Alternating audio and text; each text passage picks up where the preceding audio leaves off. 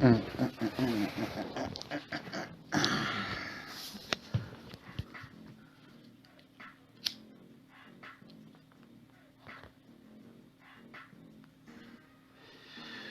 gonna go live in a second here. Well, we are live, but I'm gonna start talking in a second.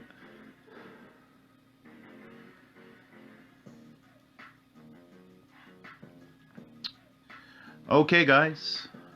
Last week's episode got quite a lot of views. I appreciate everybody that shared. As usual, if you're not 18 years old, please go away or have your parents' permission. I smoke and I swear. So, that being said, same as usual, same as every week. What I do is talk about the fights that went down last weekend. Then we look at some news and talk about what's going on. And then we look at what we can watch the following weekend. Big fucking weekend. Big fucking weekend. But before we get to that, comments, questions, I'll chime in every now and then and answer whoever. If you're watching this, please share it. If I say something comical or something that you feel was informative, then share the fucking thing. We're going to start with last Friday in Rimouski, TVA Sport. I'm not going to run through all the fights. I just want to mention a few things. So first up, Thomas Chabot. I already like the kid, but if you really want me to like you, you will prove in a situation where you are getting fucked that you got heart. And that's exactly what this kid did. The fight only lasted one round. Got caught with his pants down. Made a silly mistake. Got clipped. Got put on his ass for it.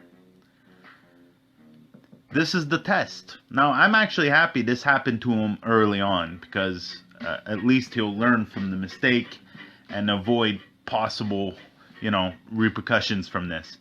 And he responded exactly the way you would want a fighter to fucking respond. Came back, got his bearings, and delivered a beautiful body shot knockout, which I'm going to post tomorrow morning on my Instagram. God damn, a thing of beauty. You really want to make a fan out of me? Give me a body shot knockout. God damn it, one of the sweetest body shot knockouts I've seen in a long time. The ref stops it and the kid goes back down into the fetal position because that's how fucking painful that shit was. Congratulations, Thomas Chabot.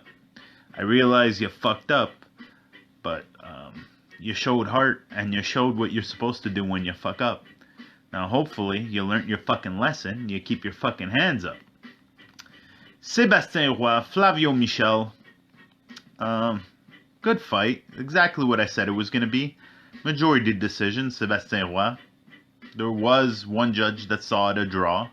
Flavio did his thing and tried calling it like a robbery or something. I get it. It's not exactly like Flavio's going to get 4 or 5 offers to fight this year.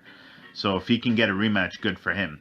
That being said, I'd prefer to see White get a rematch with Sébastien Roy, but, I'll see Flavio do it again, maybe in a 10-rounder this fucking time. Sébastien Roy, good solid fight from him. Personally, I would have liked for him to have shut the door on this, that there wasn't even a question. So that draw kind of bothers me. Real quick shout out, Metzer Duguay, 34 years old. Had a few amateur fights. Listen, you gotta respect the guy because he stepped in the fucking ring. At 34 years old, I guess they're not giving you any fucking chances because they gave him a guy that was 0-1. And, dude was pretty fucking solid. 4-rounder. Technically, he lost by TKO. He just ran out of gas at the end. Shout out to Armando Morales Gutierrez. If they don't make you have a rematch with Metzer Duguay, I want to see you again. fucking hell of a fight, young man. When the opponents deliver, we have to shout them out. So say I. Shout out to the fucking matchmaker, Stéphane Loyer. Fucking crazy son of a bitch. Nurzat Sabirov, Ricardo Adrian Luna Flores. That was maybe the fight of the night for me. It was fucking competitive as shit. Nurzat was that much better though. Maybe could have been a 10-rounder. Curious about it being a light heavyweight fight. Maybe it was a question of his opponent not being able to make the scale, but, a hell of a matchmaking job. Eric Bazinian. I mean, what else are you going to say? The kid's 25-0 now, ends the fight with a TKO, lands about 45 right hands. Like 90% of them hit gloves, but I mean, if you're not going to fucking respond, the ref's going to step in there, and they had the best ref out there, so.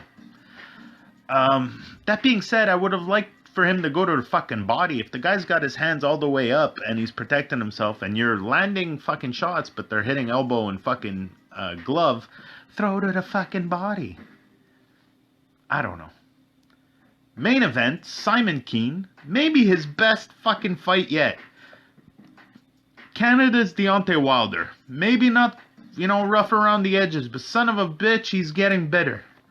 He won the WBC silver heavyweight title.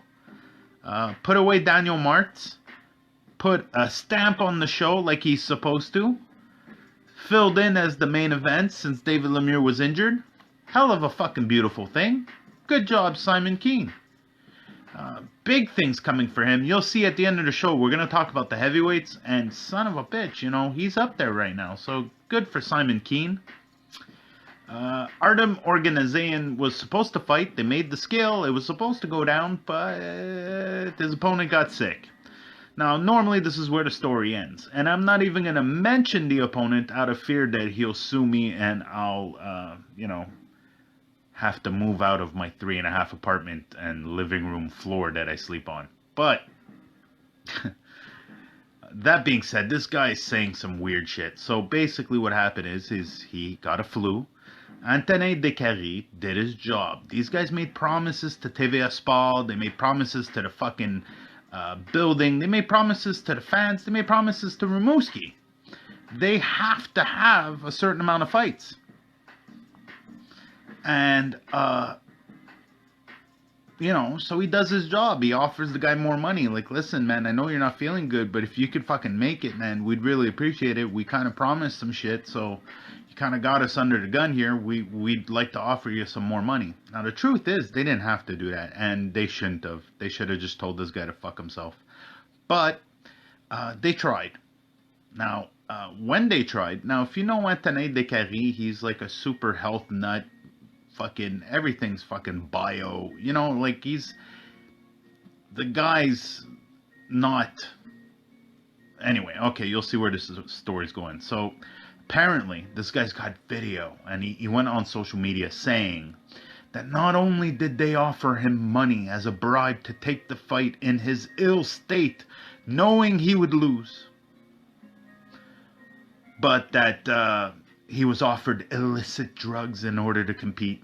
Now, here's the thing. If I'm pretty confident Anthony Décarie probably offered him a Halls or told him to go to the fucking pharmacy and buy some stuff, because you made the weigh-in, so you're allowed certain things, like you can have a Neocitrin after you made weight. You can't have it before you make weight, but you can have it after because it's a fucking diuretic. It's not the point. So this guy's like, I got video of it. And it's like, he hasn't released it because I'm confident he's a fucking dummy. Now, point is, if I was Anthony Décarie, I wouldn't have even responded. I would have just called up all the promoters around everywhere and just be like, don't hire this guy. He's going to flake out on you. But, I mean, it is what it is. Too bad for this guy. He had his chance. I never want to see him again. And here's hoping he fights in, little ballrooms in France or wherever the fuck he's from. Final note on that, fuck you. So, let's talk about some other bullshit. I got a couple more bullshit ones before we get to the juicy good stuff.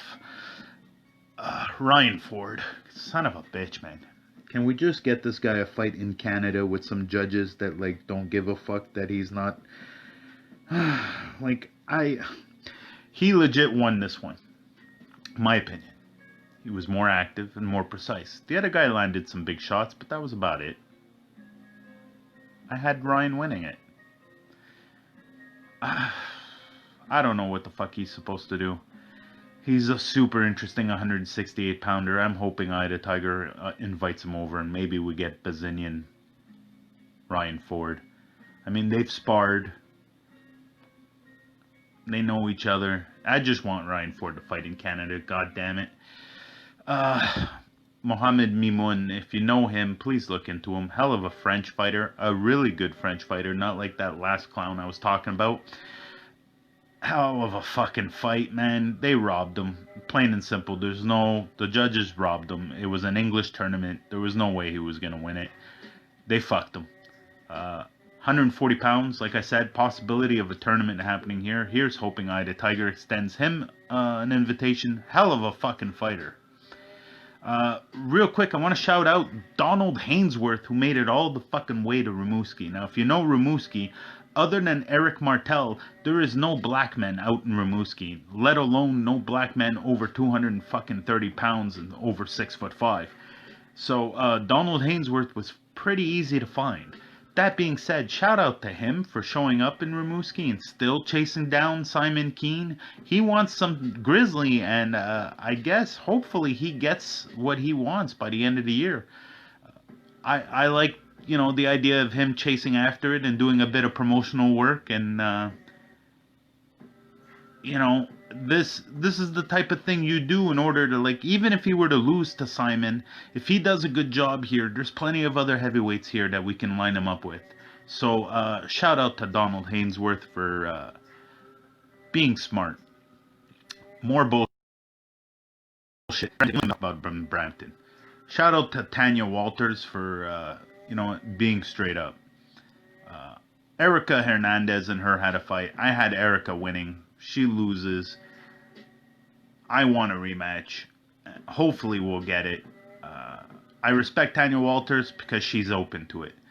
And the truth is, if you're going to lie to yourself in a close fight and run away from anyone challenging you to a rematch, then listen, Erica was 10 months away from the ring. I say we do it again, and I'm willing to bet you Erica's going to look even better. So, the big one. Now, I'm not going to say I predicted it, but I am happy it happened. I stopped betting against Deontay Wilder during the Bermain-Stavern years. So, that being said, how fucking masterful was that? How fucking perfect. Other than knocking him out in the second round like he had predicted, that's the only way this would have been better. This was fucking great. It was, it's the type of fight we're going to watch for years to come, and people are going to be noticing little things afterwards. All kinds of boxers masturbating like crazy now. The dude licked the guy's neck. He singed American Pie. I mean, if it was a movie, you couldn't write something better. Everyone's talking about what's next for Tyson Fury. I say, fuck it, retire. Fuck it, retire. I'd want to see a third fight with Deontay Wilder. If anything, I've gained respect for Deontay Wilder in the loss. It's weird how that does it for me. Charles Martin, Gerald Washington also fought on that card. Two heavyweights I would love to see against some of our Canadians. Charles Martin won, but I mean, El Gallo Negro is not what he used to be. Charles Martin's just doughy around the middle, just ripe for the picking. Charles Martin versus Simon Keane might actually be fucking really competitive. Alright, let's just check if anybody's got anything to say. What's up, Jessica? I got Cubans on here. Tim Cronin, I'm sorry I didn't talk about your fight, bro, but it is what it is. We're pressed for time. you know what? Next time there's a fight on TV Spa, I'm just gonna stream it. Brenton, you might have to watch it again to catch my thoughts on Simon Keane. I said it was his best performance yet. I answered you there. Tyson Fury WrestleMania. Sure, why the fuck not? Excellent work from Tyson Fury. All the work from Top Rank. We're going to have... P.S. Stay tuned. I got massive news. I can guarantee you no one talking about boxing in Canada has. So stay tuned. But that being said, Top Rank did an excellent job between the WWE and the little tune-up fights that he had before the rematch. I mean, it's just fucking genius. Tyson Fury is bigger than fucking ever. So we're gonna go into the news now. So the whole Yvon Michel thing this week. It actually lasted 2 days. And the decision will be rendered this Tuesday. So here's hoping his license is renewed, or that the suspension ends in time for everyone to fight. If anyone can get away with this, it's him. I just want these guys to fight. He's got a decent card lined up at the casino. I just want everybody to fucking fight. Canelo. Canelo cannot find a fucking dance partner for the life of him. Triple G is injured. Caleb Plant, Benavidez, Bubu Andrade, and Smith all said no. I don't know what the fuck he's going to do. I know people made fun of me because I'm hoping David Lemieux gets the fight. And I realize they need somebody that's going to bring planes down to Las Vegas. Tyson Fury, right now, it's wall-to-wall Brits in Las Vegas at the moment. They jam the place. So they want something similar for Canelo. Canelo has his own people, you know, but he needs a name to fight for Cinco de Mayo if they want to make that money. Bottom line is, DAZN's got a crazy-ass contract with him, and he's going to have to fight someone. So, why not fucking David Lemieux? I want him to get that check. I rooted for him against Triple G on the simple basis that what if he was the one to crack the code with Triple G? Triple G's busted and old right now. Maybe we could get a rematch there, but I don't know. Maybe the injuries to delay the fight or to say he's going to fight Canelo, but Triple G Canelo 3 is the only fucking thing I see worth it. Alright, for those of you that are still watching, if you watch this fucking thing, share the fucking thing. If I said something remotely funny or smart, just fucking share it. I got news that nobody else has. At least no one else in Canada. Top Rank. It's for sale. Wrap your minds around that. Now, the question got brought up just randomly like that because the guy's like fucking 88. So they're like, Bob, you ever think about selling? And sure enough, doesn't he fucking respond? He's like, yeah, we've talked to so-and-so and so-and-so. So I start doing my homework and I start looking into who's who. So there are 4 major competitors making bids for Top Rank. 2 of which make more sense than the others. Now, assuming this were to happen, Top Rank would more than likely sell 95%. Bob would keep 5% for his family and whatnot. He'd, buy out all his investors. And Bob on his own is worth $300 million. Then Top Rank owns a fleet of like 25 cars. They own 4 or 5 buildings. They have over 200 employees. They have over 400 fighters. They got a library going back to 1960 whatever with Muhammad Ali all the way up until today. We're talking Evander, Lennox, Tyson, fucking Hagler, Sugar Ray. Like, fuck, man. They got a library you wouldn't fucking believe. Any streaming site that's in the boxing business is going to want to do business with this. That being said, ESPN does have a contract with them for the next 4 years, which is going to lead into who's making offers. So the first is the least plausible, but they actually had a conversation. Virgin Entertainment, Virgin Mobile. They recently went into the streaming business, and they're looking to get into the sports streaming business. There's another major company that that runs them, and that's the name Bob mentioned.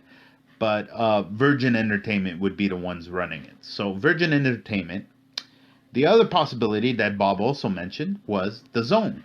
Now, the Zone, sure, maybe, but they're gonna have to wait out the contract with ESPN for 3 years, and it's competition. There's no way that people will sign off on it. So I don't see the Zone actually making a real offer, not anytime soon, anyway. And that's, Bob can maybe wait it out, but I don't know if he can. But anyway, so the last two real possibilities, this one being the next most likely, Disney. Disney owns ESPN. Disney recently boosted their Hulu and Disney Plus and ESPN streaming sites. It would make only sense that they already got a deal for the next 3-4 years with Top Rank. It would make sense for them to own all of that stuff. That being said, last year they did sell all their stocks in Fox Sports, which, I realize it's not exactly the same thing, but I mean, if they were interested in sports, you would hold on to that. I mean, it's free TV. But who knows? Last but not least, the most plausible buyer of Top Rank would be the Endeavor Group. Now, if you're wondering who that is, it's easy. I'm here to tell you. They're the people that paid $4 billion for the UFC. Now, if you figure the UFC's been in business for 20 years, they got a library, they got all that stuff. They have 400 fighters, they own buildings, they own airplanes. It's similar. But if they paid $4 billion for the UFC, they're going to have to fucking pay a hell of a lot more for Top Rank. That being said, the other reason why I think that's also plausible is because we're a good 6 months past the due date of Dana White and the Zuffa boxing promotion. Now, the Fertittas are the original owners and the ones that sold to the Endeavor Group. So I could imagine Endeavor Group telling Dana, yeah, your little boxing project, I think you're going to want to put that on hold. We're your bosses and we're looking to buy Top Rank. So there's that possibility. Listen, the bottom line is this. Eventually, Bob's going to have to retire or do something. I would really love for DAZN to get it, because then it would just really make the war, I guess, between promotions two-sided. Showtime and Fox with PBC, and then everyone else on DAZN. If ESPN lives, then, DAZN's going to have major competition for a long time. So maybe that's good too. At least, if the guys have places to go, it keeps the business alive. All right, so let's just double check if anyone's got anything to say. I already saw that. Dropping ashes on my shit. Okay, so if you watch this to this point, you're a trooper. Keep watching. Make sure to fucking share. If you're already abandoned, then I don't know what the fuck you're doing, man. Fucking support. I support you. I'm just asking for a bit of your time. That being said, you can rewatch this on my Facebook, and then tomorrow or Tuesday, I'm going to upload this on YouTube and Instagram. So let's get started looking at what we can watch this weekend. So first off, I know most of us are going to be at work, but it is going to be on DAZN. So if you have DAZN and a cell phone, then there's a chance you can watch it from work. But Friday afternoon from Lombardia, Italy, Matchroom Boxing brings you a card. It's a solid show. I could mention a few names on here. I got my eye on a super lightweight, but more importantly, there's a super middleweight fight for the IBF International Super Middleweight title. I'm looking at Eric Bazinian here. Daniel Scardina is the guy I got my eye on. 18-0, 14 KOs. He's 27 years old. He's 6 foot tall. They call him King Toretto. He's originally from Florida. I like the cut of this kid's jib.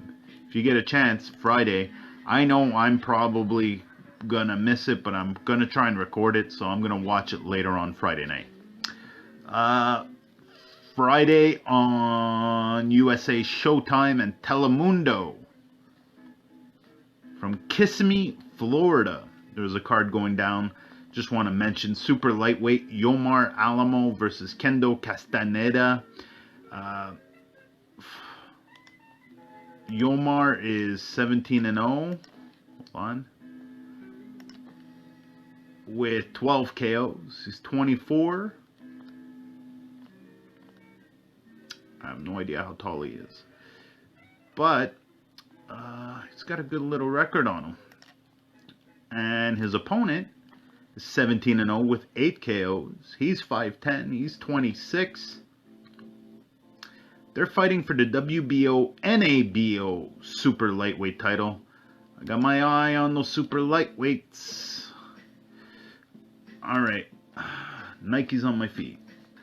Friday from Huntington, New York. More than likely going to be a link on Facebook. Hit me up. Star Boxing. There's 2 reasons I'm bringing this up. Super lightweights again. Humberto Martinez versus Cletus Selden for the NABA super lightweight title. I like Cletus. That being said, he's 24-1, and that one is Eve Ulysses. Also on that card, Carlos Takam versus Fabio Maldonado. Fabio's been here before. We've seen him against Oscar Rivas. Carlos Takam, big name in the heavyweight division. I'd love to see either one of these guys fight one of our heavyweights over here.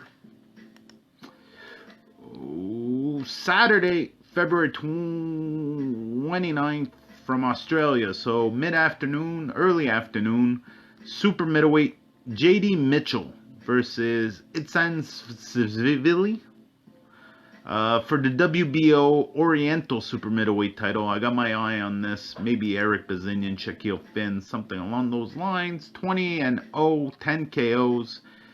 He's an interesting young cat. I say young, he's 34. He's younger than me. But that would be an interesting fighter to bring over. Super middleweights, definitely an interesting division at the moment. Oh, what's happening here? Alright. Saturday afternoon from Brazil on USA and Fox. Super lightweights, Adriana Arroyo fighting for the WBC silver female super lightweight title versus Esteliz Hernandez. Lightweight Rose Valente, I got my eye on her. Versus Claudia Andrea Lopez. And more importantly, super middleweights, Esquiva Falcao versus Jorge Daniel Miranda. Falcao's fucking interesting as fuck. 25-0, 17 KOs, 30 years old. Again, a guy I would love to see against one of our super middleweights. Saturday afternoon from Pamplona, Spain. My man Kerman El Revolver Laranja. Listen, he's on the comeback trail. I just love the way this guy fights. Always fun, always action. I never miss his fights. From San Mateo, California, Saturday night. There's a card going down, but the reason I'm bringing it up is there's a heavyweight fight between Sean Miller and Laron Mitchell. Laron Mitchell's a heavyweight I got my eye on. He's 16-2. Hold on here, my fucking got logged out of BoxRec. Fuck. Quick honorable mention for Saturday from Delaware. Hank Henry Lundy is going to be fighting. Saturday night, the big one, the main event of the weekend, I guess. Matchroom Boxing, DAZN. Mikey Garcia versus Jesse Vargas. This is a hell of a fight for the WBC Diamond welterweight title. Kind of a hard fight to pick. I'm leaning on Jesse Vargas on this one. I don't know why. I just have a feeling Mikey's getting older. Hell of a fight though. Heavyweight fights on this also I want to mention real quick, and a flyweight fight. Flyweights, Julio Cesar Martinez versus Jay Harris. Jay Harris is 17-0. Martinez is 15-1. It's for the WBC flyweight title. It's going to be action-packed, bell to bell. Make sure you tune in to that one. The two heavyweight fights I want to mention, Joseph Parker versus Shondell Winters, and Murat Gasayev versus Jerry Forrest. Again, both guys I would love to see against some of our Canadian heavyweights. That's it for this weekend. Just real quick honorable mentions. I want to keep you posted. But Thursday, March 12th, from the Casino de Montreal, Ida Tigers coming back. Sadruddin Akhmedov and Stephen Butler will both be in action. Saturday, March 14th, 2 days later, Lexon Metzer and Metzer Jitan Germain will be in action also. Here's hoping they maybe put Artem on one of those cards. From New Brunswick, also on March 14th, Nathan Millier is going to be fighting. But more importantly, Big Ray Obuluwale is going to be back in action. He hasn't fought since 2016. God damn. Made his debut in 2004. He is not, he's a bit long in the tooth. We haven't seen him since he fought Eric Barak. He was the CPBC heavyweight champion. I don't know if he still is, but nonetheless, again, we're talking heavyweights, folks. Guys, I just want to point this out to you. This is a little thing I wanted to mention real quick. The top 70 of the heavyweight division is more or less names that we know right now. Now, I'm not saying everybody, Joe Schmo, everybody knows these names, but I'm saying if you're in the boxing world, you kind of know these names. The heavyweight division has never been as good as it is right now. Almost all the names are fucking recognizable. You know what I mean? Like, look, let's just go look through 76 and down, okay? Chaz Witherspoon, Tyrone Sprong, Oliver McCall still fucking fighting. Zailing Zhang, that giant fucking Chinese dude. Amir Mansour, Junior Fa, Nathan Gorman, Arslanbek Makhmudov, Dylan Carmen, Alexander Dmitrienko,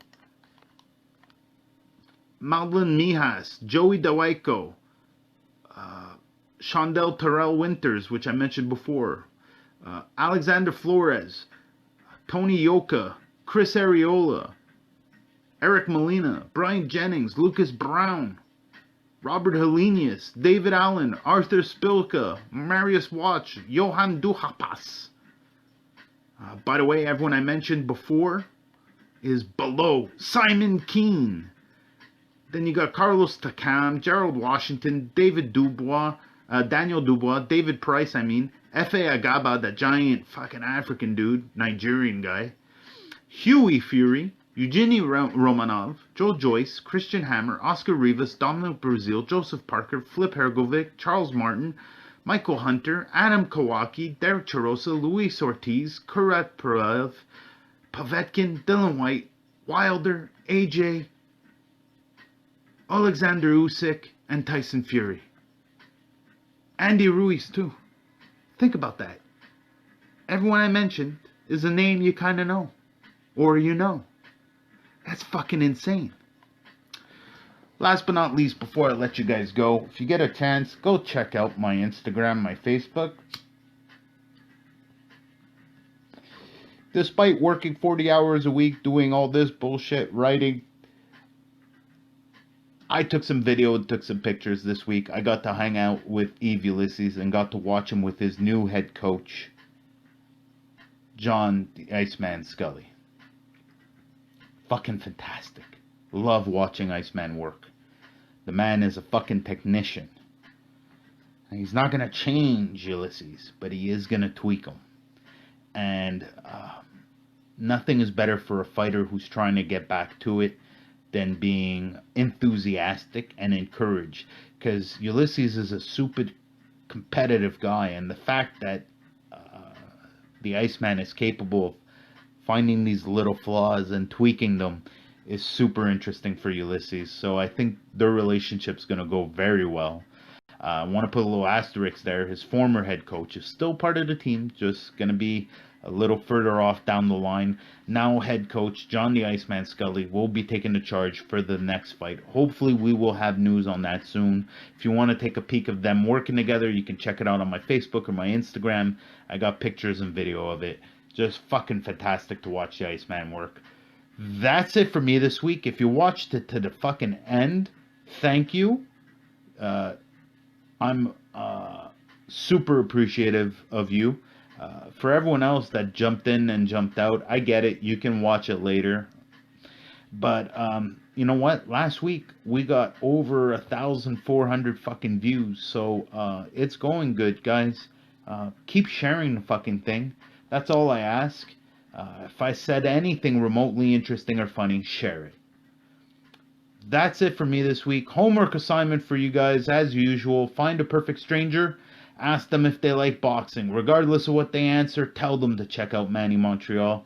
That's it for me. I'll see you guys next Sunday. Stay tuned to all my stuff. This will be uploaded to YouTube and Instagram later on this week, probably Monday or Tuesday. If you want to rewatch it, it will be on Facebook.